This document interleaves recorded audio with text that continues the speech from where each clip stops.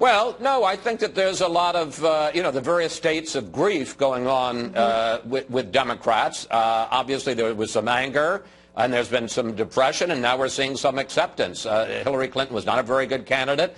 As we know, she took some of these states, the blue wall in the upper Midwest, states like Wisconsin and Michigan and Pennsylvania, for granted, and it came back to bite her. You got a big show lined up on Fox News Sunday. You have starting with the Vice President-elect Mike Pence. Tell us about that and more.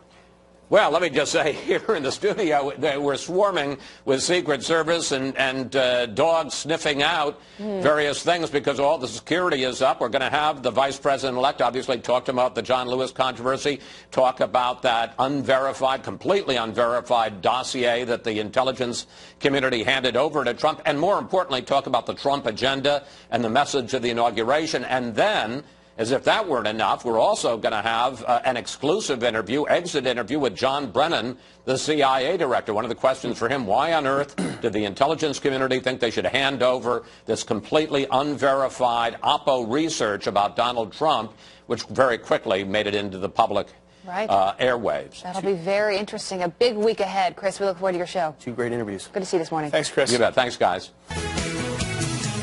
I believe in forgiveness. I believe in trying to work with people. It's going to be hard. It's going to be very difficult. I don't see this president-elect as a legitimate president. I think the Russians participated in having this man get elected, and they helped destroy the candidacy of Hillary Clinton. I don't plan to attend inauguration.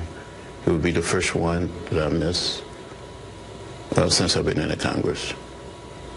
You cannot be at home with something that you feel that is wrong.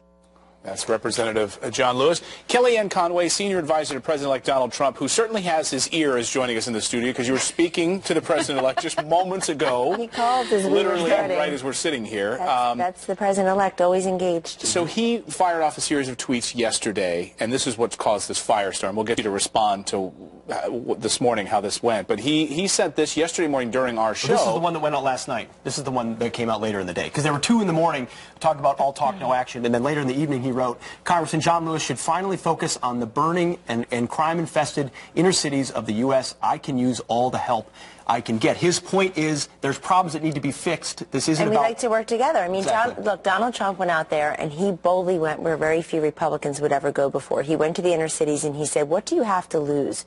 And many responded. He got a higher percentage of the African-American vote than did Mitt Romney or John McCain. And people heard that message. He was talking about better schools. He was talking about jobs and opportunity. He's talking about fixing the infrastructure in the inner cities, reducing crime and drugs. But he needs the help of people like Congressman John Lewis and others. And I would just say everyone agrees that Congressman Lewis is a civil rights and voting rights leader. And he deserves our praise for that. But it is disappointing to hear somebody who has such an important voice and platform to say what he said about the president, which, by the way, is just false. He is a legitimate president. He won over 2,700 counties. He flipped 200 President Obama counties, or now Donald Trump counties. And in John Lewis's state of Georgia, Donald Trump won by 5 points, and he won 128 counties. Hillary Clinton won 31 counties in Georgia. So we need to work together to help the inner cities and everyone else in America, and we would like his help. Right. No, here's the interesting thing, though. The tweet that he sent out yesterday, and we reported on our show, it didn't have anything to do with race. It didn't have anything to do with John Lewis's past. And you saw how it played out yesterday with Democrats tweeting about this, the mainstream media turning it into that debate. What do you make of that? Abby, disappointing but not surprising. The media got this party started earlier in the week by talking about and publishing the fake news to call into question Donald Trump's election. That's where the irresponsibility started, and here we are at the end of the week still talking about it in a different form. Donald Trump, as president, as the newly elected president, in those wee hours of November 9th, made very clear he's going to be the president to all Americans, including those who did not support him. That has never changed. His inaugural address will be very visionary, will be very inclusive, and I really hope those who are planning protests and hashtag... Already have been protesting. Hashtag he is your president. Get on board. Do you think that they're trying to bait him? that this is a fundraising effort? Because we're seeing now emails going out in an effort to try to raise money on the Democratic side, and they're trying to get under the president-elect's skin. Is it pre-planned? And then he jumps on Twitter. I guess the question is, you have his ear. Why would he swing at pitches in the dirt? Does he need to do that anymore? Well, he has the right to defend himself, and he is famously the counterpuncher. If you go back and look, Donald Trump rarely draws first blood. I really respect that about him, and I actually share that trait.